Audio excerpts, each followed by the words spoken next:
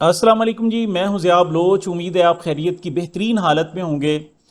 سامعین، عمران خان صاحب کا ایک تو انٹرویو تھا جو انہوں نے مہدی حسن، ایک انٹرنیشنل جرنلسٹ ہیں مہدی حسن صاحب، ان کو دیا تھا، اور ساتھ ہی ان کا جیل کے اندر سے ایک تازہ ترین بیان بھی آیا ہے. تو چونکہ وہ انٹرویو کے حوالے سے ہم بات نہیں کر سکے تھے، اس کو اور اس کو ملا کر بات کرتے ہیں. اور ساتھ ہی عمران خان صاحب کی رہائی کی باتیں بھی ہو رہی ہیں. دعویٰ کیا جا رہا ہے کہ زیادہ عرصہ نہیں، صرف 5 دن کے اندر اندر عمران خان صاحب رہا ہو سکتے ہیں. یہ کیا کس قسم کا دعویٰ قابل اعتبار قابل یقین ہے بھی صحیح یا نہیں، اس پر بات چیت کرتے ہیں. آغاز کرتے ہیں جناب ہم عمران خان صاحب کے انٹرویو سے. یہ انہوں نے جناب ZTO ہے، ایک ادارہ ہے، اس کے جرنلسٹ ہیں مہدی حسن صاحب، ان کو جناب یہ انہوں نے انٹرویو دیا ہے. دنیا بھر میں جتنے بھی صحافی ہیں ان میں مسلمان صحافیوں میں اگر 2-4 کا نام لیا جائے تو مہدی حسن کا نام آتا ہے. وہ الجزیرہ میں کام کر چکے ہیں، MSNBC میں کام کر چکے ہیں، اور وہ اس سے پہلے بھی، آج سے 14 سال پہلے 2010 میں بھی عمران خان صاحب کا ایک انٹرویو کر چکے ہیں. اس کے علاوہ وہ خود یعنی مہدی حسن ایک بہت بڑا نام ہے ہمارے پوری دنیا میں، اور اس کا ایک مقام ہے. اس نے جناب یہ انٹرویو کیا ہے. اور پہلی بات تو یہ کہ جیل میں رہتے ہوئے انٹرویو کر لینا یہ ایک بہت بڑی بات ہے. اس کا خیال آج تک کسی کو کیوں نہیں آ سکا، اور وہ کیوں جناب اس چیز کو کمپلیٹ نہیں کر سکے، یہ بھی ایک بہت بڑی بات ہے. کیونکہ صورتحال یہ ہے کہ عمران خان صاحب کو تو اندر جیل میں قلم کاغذ رکھنے کی بھی اجازت نہیں ہے. وہ لوگ جو جاتے ہیں ان کے پاس کاغذ نہیں ہوتے، وہ ہر ایک چیز کی تلاشی دیتے ہیں، لیکن اس کے باوجود یہ انٹرویو ہو گیا ہے. تو مہدی حسن صاحب نے اس انٹرویو کی جو تفصیل بتائی ہے وہ یہ بتائیے کہ یہ کوئی جو روایتی انٹرویو ہوتے ہیں وہ نہیں ہے، بلکہ اس کے لیے مجھے زیادہ محنت کرنی پڑی ہے اور مجھے بہت زیادہ کوشش کرنی پڑی ہے.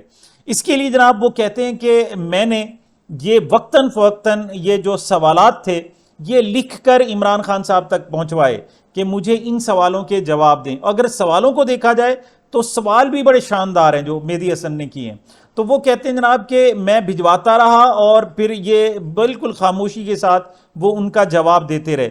وہ کہتے ہیں جی کسی حد تک آپ تشنیگی محسوس کر سکتے ہیں کہ اس پر کراس کوشچننگ نہیں ہے، کیونکہ بعض اوقات ایسے ہوتا ہے کہ ایک سوال کیا جاتا ہے، اس کا جواب آتا ہے، پھر اسی جواب میں سے سوال کیا جاتا ہے. تو یہاں ایسی صورتحال تو نہیں ہے، کیونکہ ایک کوشچن لکھ کے دیا، پھر جو جواب آیا، پھر جناب اس کو پھر اگلی ملاقات پر پھر چانس ملا تو کوئی ایک آدھ چیز ایڈ ہو گئی. تو اس طریقے سے بہرحال انٹرویو کیا ہے، لیکن انٹرویو شاندار ہے. اس کا جو انٹرو ہے وہ بہت زبردست قسم کا اس کا بنایا ہے مہدی حسن نے، اور پھر جو باقی کنٹینٹ ہے اس کے لیے جناب انہوں نے پیڈ رکھ دیا. انہوں نے کہا جی اب اس کے لیے آپ ہمیں پیسے دیں تو پھر جناب پورا کا پورا انٹرویو آپ سن سکتے ہیں. بہرحال لیکن اب چونکہ یہ بہت ساری چیزیں اب باہر آ چکی ہیں، اگرچہ ایگزیکٹ جو انٹرویو ہے وہ آپ ویب سائٹ پر جا کر پیمنٹ دے کر جناب کر سکتے ہیں. اس حوالے سے جناب جو نون لیگی حلقے ہیں وہ تنقید بھی کر رہے ہیں. ہنا پرویز بٹ نے باقاعدہ ایک ٹویٹ کی ہے، وہ کہتی ہیں کہ دیکھیں یہ کیسا انٹرویو ہے جناب، پیسے دو انٹرویو دو، انٹرویو کے بدلے پیسے، مطلب اس قسم کی صورتحال ہے. تو میں انہیں یاد دلانا چاہوں گا کہ بہت مجھے یاد ہے ایک دیہات کے لڑکے نے جناب مریم نواز صاحبہ کو مشورہ دیا تھا کہ ایسے ہی جناب آپ جخ مار رہی ہو، مطلب پوری دنیا میں ڈنڈورا پیٹ رہی ہو جبکہ تم سے پیسے اکٹھے نہیں ہو رہے. اس نے ایک مشورہ دیا تھا، اس نے کہا تھا کہ تم عمران خان کی ملاقات اوپن کر دو اور اس کی فیس رکھ دو 50,000 روپے، کہ 50,000 روپے جو دے گا وہ عمران خان سے ملاقات کرے گا. اس نے کہا دیکھو کہ کیسے ملاقاتیں ہوتی ہیں، دن بھر میں ٹائم نہیں ملے گا اور تم بہت جلدی ایک ریونیو اکٹھا کر لو گی. تو ہنا پرویز بٹ صاحبہ کو کیا پتا، وہ تو جناب اس کے جو ان کے قائد ہیں میاں نواز شریف، اس نے کبھی انٹرویو دیا بھی ہو، وہ تو اگر دیتا بھی ہے تو پہلے فکس کرتا ہے میچ کو، اور اس کے بعد جناب سوال یہ سوال، اس کا جواب یہ، اس کا جواب یہ. اور اس کی بیٹی بھی اس طرح ہے، وہ بھی جناب اگر کہتی ہے تو کہتی کیمرہ بند کر دینا، اس کے بعد پھر بات کرتی ہے. تو یہ عمران خان صاحب ہے جناب، وہ جب جیل سے باہر بھی تھا تو روزانہ 5 7 10 انٹرویو تک روزانہ دیا کرتا تھا. یہ بھی بہرحال جی شاندار قسم کا انٹرویو ہے. میں اس کے جناب آپ کو تھوڑا سا ایک جسے کہتے ہیں نا جی اندازہ آپ کو ہو جائے گا کہ وہ کس قسم کا انٹرویو عمران خان صاحب نے دیا ہے. اچھا، ایک سوال ان سے پوچھا گیا کہ جیل میں کیسی گزر رہی ہے جیل، تو اس کے جواب میں وہ کہتے ہیں جیل میں نے اپنی ضروریات کو محدود کر لیا ہے، جس سے جیل میں رہنا اب مشکل نہیں ہے. میں یہ سمجھتا ہوں کہ جب اپنی خواہشات کی غلامی چھوڑ دیتے ہیں تو آپ آزاد ہو جاتے ہیں، اور آزاد لوگ آزادانہ فیصلے کرتے ہیں. یہ انہوں نے اس ٹویٹ بھی کیا ہے اور اس انٹرویو کا بھی حصہ ہے. اچھا یہ دیکھیں کہ جو تصور دیا ہے نا جو حقیقی آزادی کا، وہ یہ ہے کہ اپنی خواہشات سے بھی خود کو آزاد کر لو، تو پھر ورنہ یہ بھی جناب وہ شرک ہے، اس کی یہ بھی غلامی ہے، آپ جناب لا الہ الا اللہ کے تصور سے جناب وہ باہر ہے۔ اسی طریقے سے جناب مہدی حسن نے ایک سوال کیا کہ جیل کی سلاخوں کے پیچھے زندگی کیا ہوتی ہے، کیا آپ کو تشدد کا نشانہ بنایا گیا؟ تو اس کے جواب میں عمران خان کہتے ہیں میں اپنے آپ کو اس قید میں پاتا ہوں جسے ڈیتھ سیل کہا جاتا ہے، ایک چھوٹی سی الگ تھلگ جگہ ہے جو عام طور پر دہشت گردوں کے لیے استعمال ہوتی ہے۔ تو یہ جناب جو کہنا جی 6 بیرکیں دی ہوئی ہیں، 7 بیرکیں دی ہوئی ہیں، تو آپ کو پتہ چل گیا کہ وہ ایک ڈیتھ سیل میں اس وقت بھی رہتا ہے، اور اس نے آج تک کوئی کمپلینٹ باہر نہیں آنے دی کہ مجھے کہاں رکھا گیا ہے، کس حال میں رکھا گیا ہے۔ وہ کہتے ہیں جی مجھے قید تنہائی میں رکھا گیا ہے، مجھے قیدی کے بنیادی حقوق سے بھی محروم رکھا جاتا ہے، یعنی وہ بنیادی حق جو عام قیدیوں کو حاصل ہے، جنیوا کنونشن کے تحت حاصل ہے، مختلف مذاہب کے تحت حاصل ہے، جو پاکستان کے قانون کے تحت حاصل ہے، مثال کے طور پر چلنے کی، کوئی بات کرنے کی، نماز پڑھنے کی، مذہب پر عمل کرنے کی، ملاقات کرنے کی، لیکن وہ کہتے ہیں جی اس سے بھی مجھے روشنی، مطلب اس کے حوالے سے حبیب اکرم نے بڑا خوبصورت جملہ کہا، اس نے کہا جی دونوں کے سیل جو ہیں عمران خان کے اور شاہ محمود قریشی کے، ان کے میں ڈیفرنس یہ ہے کہ جو عمران خان کا سیل ہے وہاں دھوپ آتی نہیں ہے، اور جو شاہ محمود قریشی کا سیل ہے وہاں سے دھوپ جاتی نہیں ہے، مطلب وہ مسلسل دھوپ میں، اور اس کو دھوپ بڑی مشکل سے ملتی ہے۔ یہ جناب کبھی جب عدالت پیشی ہوتی ہے تو ان کی خواہش ہوتی ہے تھوڑا سا ٹائم مل جائے تو یہ دھوپ میں کھڑے ہو جائیں یا وہاں بیٹھ جائیں کوئی تھوڑا سا جج صاحب سے کہہ کر، ورنہ اس قسم کی انہیں قید تنہائی میں رکھا گیا ہے۔ اچھا جی، کہ وہ کہتے ہیں جی مجھے قیدی کے بنیادی حقوق سے بھی محروم رکھا جاتا ہے، وہ میری روح کو توڑنے کے لیے نفسیاتی حربے استعمال کرتے ہیں، لیکن میرا دل اور اللہ پر کامل یقین ہے، اور اس سے اور زیادہ مضبوط رہتا ہے۔ میں ورزش اور پڑھنے کے ذریعے اپنے آپ کو مصروف اور ذہنی طور پر تیز رکھتا ہوں۔ یہ سب کچھ اپنے آپ کو تیار کرنے اور کنڈیشننگ کرنے کے بارے میں ہے، جو آگے کسی وقت بھی وہ کہتے ہیں کسی صورتحال کا مجھے سامنا کرنا پڑ سکتا ہے۔ اچھا، تو اس کے علاوہ جناب ڈیتھ سیل کے حوالے سے اور بھی ہے کہ میں ڈیتھ سیل میں ہوں کیونکہ اسٹیبلشمنٹ اور سیاسی رہنماؤں پر تنقید کرتا ہوں، قید تنہائی میں بنیادی حقوق سے محروم ہوں، نفسیاتی حربے استعمال کر کے مجھے توڑنا چاہتے ہیں۔ یہ جناب انٹرو بنایا ہے مہدی حسن صاحب نے۔ اچھا، وہ کہتے ہیں جی میرا پیغام ہمیشہ واضح رہا ہے کہ فوج کو اپنی آئینی حدود کے اندر رہنا چاہیے۔ جب بھی انہوں نے اس سے آگے بڑھ کر اپنے لوگوں کے خلاف کام کیا، ملک نے ٹوٹنے سمیت بھاری قیمت ادا کی۔ بدقسمتی سے تاریخ سے سبق نہیں سیکھا، وہی غلطیاں دہرائی جاتی ہیں جس کے تباہ کن نتائج سامنے آ رہے ہیں جناب۔ اچھا، ان سے سوال کیا گیا کہ عمران خان کو جو جیل میں اب قید رکھا گیا اس کا ذمہ دار کون ہے؟ پولیٹیکل پارٹیز ہیں، فوج ہے، امریکہ ہے، یا کوئی اور ہے؟ کون ہے اس کے سیاسی حریف ہیں؟ تو انہوں نے کہا کہ 11 ماہ جیل میں اپنے حالات پر غور کرنے کے بعد وہ اس نتیجے پر پہنچے ہیں کہ ان کی موجودہ حالت کا ذمہ دار صرف اور صرف جنرل باجوہ ہے۔ انہوں نے کہا وہ جس بھی آزمائش سے گزرے ہیں اس کے ماسٹر مائنڈ سابق army chief general Qamar Javed Bajwa ہیں۔ انہوں نے یہ سب پلان کیا۔ انہوں نے کہا اس حوالے سے میں جنرل باجوہ کے علاوہ کسی اور کو ذمہ دار نہیں ٹھہراتا، سارا منصوبہ جنرل باجوہ کا ہے جسے باریک بینی سے بنایا اور پھر اس پر عمل درآمد کروایا گیا۔ جنرل باجوہ کے حوالے سے مزید بات کرتے ہوئے عمران خان نے کہا کہ باجوہ نے یہ منصوبہ نہایت باریک بینی سے بنایا۔ انہوں نے الزام عائد کیا کہ باجوہ نے قومی اور بین الاقوامی افراتفری پھیلانے کے لیے جھوٹی داستانیں گھڑی، اور اس سب کا مقصد یہ تھا کہ انہیں ان کی مدت ملازمت میں توسیع مل سکے۔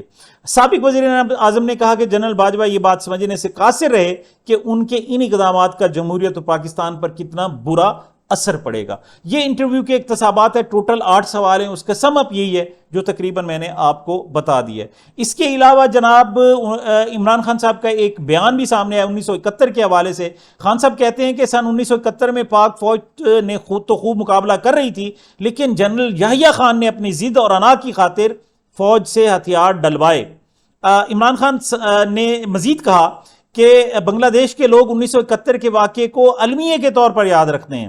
اڈیالہ جیل سے عوام کے لیے خصوصی پیغام میں عمران خان نے کہا کہ حمود الرحمان کمیشن رپورٹ ثانیہ 71 کی نہایت جامعیت کے ساتھ احاطہ کرتی ہے، اور اس کے مطابق فرد واحد یعنی یحییٰ خان نے اپنی طاقت بڑھانے کی خاطر فوج کو ناقابل تلافی نقصان پہنچایا۔ عمران خان نے ہنری کسنجر کی کتاب کا حوالہ دیتے ہوئے کہا کہ یحییٰ خان 5 سال کے لیے فوج اور ملک دونوں کا سربراہ بننا چاہتے تھے، جس کے لیے انہوں نے ایک علیحدہ آئین بھی تیار کروایا ہوا تھا۔ انہوں نے کہا اس فرد واحد یعنی یحییٰ خان نے فوج کو اس قدر نقصان پہنچایا کہ پھر فوج کو خود اسے ہٹانا پڑا۔ اچھا، عمران خان کا کہنا تھا کہ غلامی لوگوں کو چھوٹا کر دیتی ہے اور چھوٹے لوگ کبھی بڑے کام نہیں کر سکتے۔ ان کا مزید کہنا تھا کہ انسانیت کی غیرت اور آزادی مل کر اسے ایک بڑا انسان بناتے ہیں۔ انہوں نے کہا جمہوریت میں عوام کو اپنے نمائندے خود چننے کا حق سب سے بنیادی ترین حیثیت رکھتا ہے، لیکن پاکستان میں جس طرح سے جمہوریت اور اخلاقیات کی دھجیاں اڑائی گئیں اس کی تفصیلات قوم کے سامنے ہیں۔ انوار الحق کاکڑ اور کمشنر راولپنڈی کے انکشافات ملک میں جمہوریت کی حقیقت بیان کرنے کے لیے کافی ہیں۔ عمران خان نے کہا نگران وزیر اعظم انوار الحق کاکڑ کے 8 فروری کے انتخابات کے حوالے سے خیالات اور اس سے پہلے کمشنر راولپنڈی کے اعترافی بیان پاکستان میں جمہوریت کی حقیقت بیان کرنے کے لیے کافی ہے۔ بانی چیئرمین نے کہا کہ اس وقت پاکستان میں صرف ایک جمہوری حکومت قائم ہے اور وہ خیبر پختونخوا میں ہے۔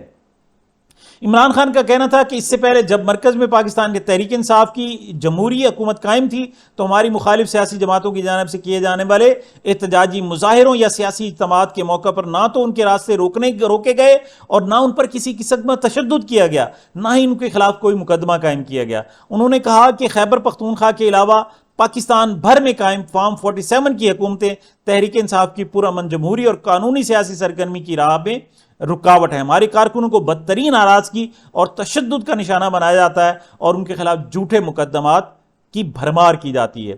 اچھا، انہوں نے کہا کہ دبئی لیکس پر محسن نقوی کو جواب دہ ہونا پڑے گا اور اپنی اہلیہ کی جائیداد کی منی ٹریل دینا ہوگی۔ میرے خیال میں خان صاحب باہر آ جائیں تو ان کا جو میرے خیال ٹارگٹ ہوگا پہلا وہ محسن نقوی ہوگا اور میرے خیال میں تو ان سے منی ٹریل لے کر رہیں گے۔ اس کے علاوہ انہوں نے جناب جو ان کی سوشل میڈیا ٹیم ہے ان کی بھی انہوں نے بڑی تعریف کی ہے۔ اب میں آتا ہوں جناب کہ عمران خان صاحب کی رہائی کیسے ہو سکتی ہے۔ اس حوالے سے میں نے 2 کلپ آپ کے لیے سلیکٹ کیے ہیں۔ ایک تو عمران خان صاحب، یہ دونوں سردار لطیف کھوسہ صاحب کے ہیں۔ سردار لطیف کھوسہ کا کہنا یہ ہے کہ آج عدت کیس میں جیسے پراسیکیوٹر یعنی جو سرکار کے وکیل ہیں، خاور منیکا کے وکیل ہیں رضوان عباسی، اور جس طریقے سے انہوں نے پلان کیا اور پھر خاور منیکا نے شور شرابہ کیا، اس کے بعد جج صاحب نے، ڈسٹرکٹ اینڈ سیشن جج صاحب نے معاملہ ہائی کورٹ کے پاس بھیج دیا ہے، تو یہ واپس انہی کے پاس آئے گا۔ کیس چونکہ مکمل ہو چکا ہے، یہ سنا جائے گا۔ اگر یہ کسی اور کے پاس چلا گیا جج یہ فیصلہ تو پھر کوئی فیصلہ ہو نہیں سکے گا۔ جب بھی کوئی فیصلہ ہونے لگے گا تو پھر درخواست اور اس قسم کی ہلٹ بازی کی جائے گی۔ کیا کہہ رہے ہیں جناب لطیف کھوسہ صاحب، ذرا ملاحظہ فرمائیں۔ ایک بات تو یہ ہے کہ جو ماشاءاللہ جج صاحب نے، سیشن جج صاحب نے جو بھیجا ہے ارجمند صاحب نے، وہ مجھے 100% یقین ہے کہ یہ چیف جسٹس اس پر بڑا سنجیدگی کا نوٹس لیں گے۔ وہ نہ صرف اس کو مانیکا کو اور ان کے وکیل کو توہین عدالت کا نوٹس دیں گے، بلکہ وہ یہ ان کی سیشن جج کی بھی استدعا کو مسترد کرتے ہوئے وہ اس کو واپس بھیجیں گے کہ تم نے فیصلہ سنانا تھا، کیوں کر تم نے یہ تساہل کیا اور یہ اپنے اوپر پریشر لیا کہ تم نے یہ ریفر کر دیا رجسٹرار کو کہ کسی اور جج کے پاس بھیجا جائے۔ اگر دیکھیں اس کی اجازت ہو جائے، اس چیز کی اجازت ہو جائے تو کل کو ہر فیصلے کے وقت میں ایک فریق کھڑا ہو کر شور مچا دے گا اور وہ پھر جو ہے کبھی فیصلہ ہو ہی نہیں پائے گا، اور پھر چیف جسٹس یہی جو ہے شکایات سنتا رہے گا۔ تو میرا نہیں خیال کہ کوئی بھی چیف جسٹس، یہ تو چیف جسٹس عامر فاروق صاحب ہیں ماشاءاللہ، اسلام آباد ہائی کورٹ کے تجربہ کار ہیں، سارا کچھ ہے، لیکن کوئی بھی چیف جسٹس میں کہیں کا بھی ہو وہ یہ اس چیز کی اجازت نہیں دے گا کہ فیصلے والے دن کوئی شور وہ اس کو انٹرٹین نہیں، وہ ریجیکٹ کرے گا اور اس کو کہے گا تم فیصلہ سناؤ۔ اگلا جو کلپ ہے وہ بھی سردار لطیف خان کھوسہ صاحب کا ہے اور وہ کہتے ہیں جی کہ عمران خان زیادہ سے زیادہ 5 دن میں رہا ہو جائیں گے۔ اب اس جو سائفر کیس ہے اس کی 3 جون کو باقاعدہ سماعت رکھ دی گئی ہے، کیونکہ 28 مئی کو چھٹی کر دینے کی وجہ سے اس کی سماعت نہیں ہو سکی تھی اور ایکسپیکٹڈ تھا کہ فیصلہ محفوظ کر کے اسی دن سنایا جائے یا کچھ دن بعد سنا دیا جائے۔ تو اب متوقع طور پر یہ 3 جون کو پیر کو جناب اس کی سماعت رکھی گئی ہے، اور جب میں آپ سے مخاطب ہوں تو 30 مئی ہے، تو درمیان میں 31 یکم اور 2 یعنی 3 سے 4 دن باقی ہیں، اور ان کا کہنا یہ ہے کہ عمران خان صاحب رہا ہو جائیں گے۔ کیا کہتے ہیں سردار لطیف کھوسہ صاحب، ذرا ملاحظہ فرمائیں۔ اعتزاز کیا، میں خود کہتا ہوں، میں نے خود ایک دفعہ نہیں، میں نے 10 دفعہ کہا ہے کہ ہفتے کے اندر عمران خان باہر ہوگا۔ آپ دیکھیں آج یہ فیصلہ ہونا تھا، آج نہیں تو کل ہو جائے گا، اور اس میں بریت لکھی ہوئی ہے، وگرنہ مانیکا صاحب اتنا چیختے نا، اس کو بھی پتہ لگ گیا، اس کے وکیل کو بھی پتہ لگ گیا کہ کیس میں کچھ نہیں ہے، کچھ نہیں ہے۔ اس لیے اور اس کیس کی وجہ سے ہمارا پیارا مذہب بھی جو ہے بدنام ہوا ہے, دنیا میں بدنامی ہوئی ہے, ہمارے مذہب کی بدنامی ہوئی ہے اس کی وجہ سے. تو یہ تو آپ طے شدہ لکھا ہوا ہے, نوشتہ دیوار ہے. وہ آپ کا سائفر والا کیس ہے دوسرا. سائفر والے کیس میں آپ لکھ لیں مجھ سے کہ اگلی پیشی پہ یہ بری ہو جائے گا. یہ چھٹی ضرور کر دی ہے اس نے, شہباز شریف نے, جعلی وزیر اعظم نے, لیکن آپ یقین کیجئے گا کہ اس میں بھی کچھ نہیں ہے. خود استغاثہ جان گیا ہے, مان گیا ہے, دیکھ لیا اس نے, وگرنہ وزیر اعظم کو کیا ضرورت تھی جو ہے چھٹی کرتا. اگر جس طرح سردار لطیف کھوسا کہتے ہیں کہ جناب رضوان عباسی پر بھی اور خاور مانیکا پر بھی توہین عدالت لگے گی, سینیٹر علی ظفر کا کہنا یہ ہے کہ یہ جو وزیر اعظم نے, شہباز شریف صاحب نے کہا ہے کہ عدلیہ میں بیٹھی کالی بھیڑیں ان کی خواہش ہے کہ جناب عمران خان کی ضمانت ہو جائے, تو ان کا کہنا یہ ہے کہ اگر وزیر اعظم نے اس بات پر معافی نہ مانگی تو ان کے خلاف کارروائی بھی ہو سکتی ہے اور از خود نوٹس بھی ہو سکتا ہے, اور اس پر باقاعدہ ان کے لیے سنگین صورتحال پیدا ہو سکتی ہے. آخری خبریں میں آپ کو دیتا جاؤں جی. احمد فرحاد صاحب جو شاعر ہیں وہ اب جناب پتہ چل گیا ہے کہ وہ جناب اب مظفر آباد پولیس میں ہیں, کیونکہ آج جو گزشتہ روز جو اسلام آباد ہائی کورٹ میں رپورٹ جمع کرائی گئی تھی وہ یہ تھی کہ ان کو ڈھیر کے کوٹ پولیس, باغ پولیس نے, آزاد کشمیر کی باغ پولیس نے گرفتار کیا ہے. وہاں جب ان کی اہلیہ اور دیگر لوگ ان کے بھائی وہاں پر پہنچے تو انہوں نے جناب کا کہہ دیا کہ ہم سے مظفر آباد پولیس والے لے کے گئے ہیں. اور جب یہ لوگ مظفر آباد پولیس کے پاس گئے تو انہوں نے کہا جی ہمارے پاس تو ہے ہی نہیں, وہ ایس ایچ او صاحب کو پتا ہوگا. تو وہ کہہ رہی ہیں جناب آپ نے کوئی ڈبی میں بند کر کے اس کو رکھا ہوا ہے, کہاں رکھا ہوا ہے آپ؟ وہاں انہوں نے جناب ایک خفیہ ویڈیو بھی بنائی اور اس میں بھی, اور باقاعدہ انہوں نے ویڈیو بہرحال نہیں بنانے دی, اور بہرحال یہ سلسلہ رات تک رہا, اور رات گئے تک وہاں کے جو ڈی ایس پی اور ایس پی ہیں انہوں نے پھر احمد فرحاد کی, ان کے اہل خانہ, ان کی اہلیہ اور ان کے بھائی سے باقاعدہ ملاقات کرا دی گئی, اور ایک تصویر بھی جاری کی گئی. اس تصویر سے لگتا یہ ہے کہ ان کی طبیعت کچھ بہتر نہیں ہے, ان کی صحت کچھ بہتر نہیں ہے, ان پر تشدد کے بھی آثار نظر آ رہے ہیں. ہو سکتا ہے کہ ان کو شاید پھر واپس آنے میں تھوڑا سا ٹائم لگے, اس وجہ سے ان کو رہا فی الحال نہیں کیا جا رہا تاکہ ان کی صحت کچھ بہتر ہو جائے. لیکن اہم بات یہ ہے کہ وہ نہ صرف زندہ ہیں بلکہ اب پتہ چل گیا ہے کہ پولیس کسٹڈی میں موجود ہیں. ان پر پہلا جو مقدمہ تھا کہ وہ جناب یہاں سے گزر کر جا رہے تھے, ان سے شناخت پوچھی گئی تو انہوں نے جناب الٹا کار سرکار میں مداخلت کی, اپنا نام نہیں بتایا, تو اس پر ایک مقدمہ درج کیا. اور پھر پتہ چلا جناب کہ کچھ دہشت گردی کی اور کچھ جناب اس قسم کی دفعات کے تحت بھی مظفر آباد پولیس نے ان کے خلاف مقدمہ درج کر لیا ہے. تو بہرحال اس ضمانت کے پروسیس کو دیکھتے ہیں کہ کتنی دیر میں ہوتا ہے, اور اس کے بعد امید کی جا سکتی ہے کہ یہ پاکستان کا بیٹا, کشمیر کا یہ بیٹا احمد فرحاد واپس آ جائے گا. تو یہ جناب انٹرویو عمران خان صاحب کے اور لطیف کھوسا صاحب کی تھرلنگ سا دعویٰ کہ 5 دن کے اندر اندر عمران خان صاحب رہا ہو سکتے ہیں, یہ میں نے کہا میں آپ تک پہنچا دوں. یہ میری اب تک کی گزارشات تھی. مجھے اپنے اس چینل کو اپنی محبتوں اور دعاؤں میں یاد رکھیے گا. ملتے ہیں چھوٹے سے وقفے کے بعد.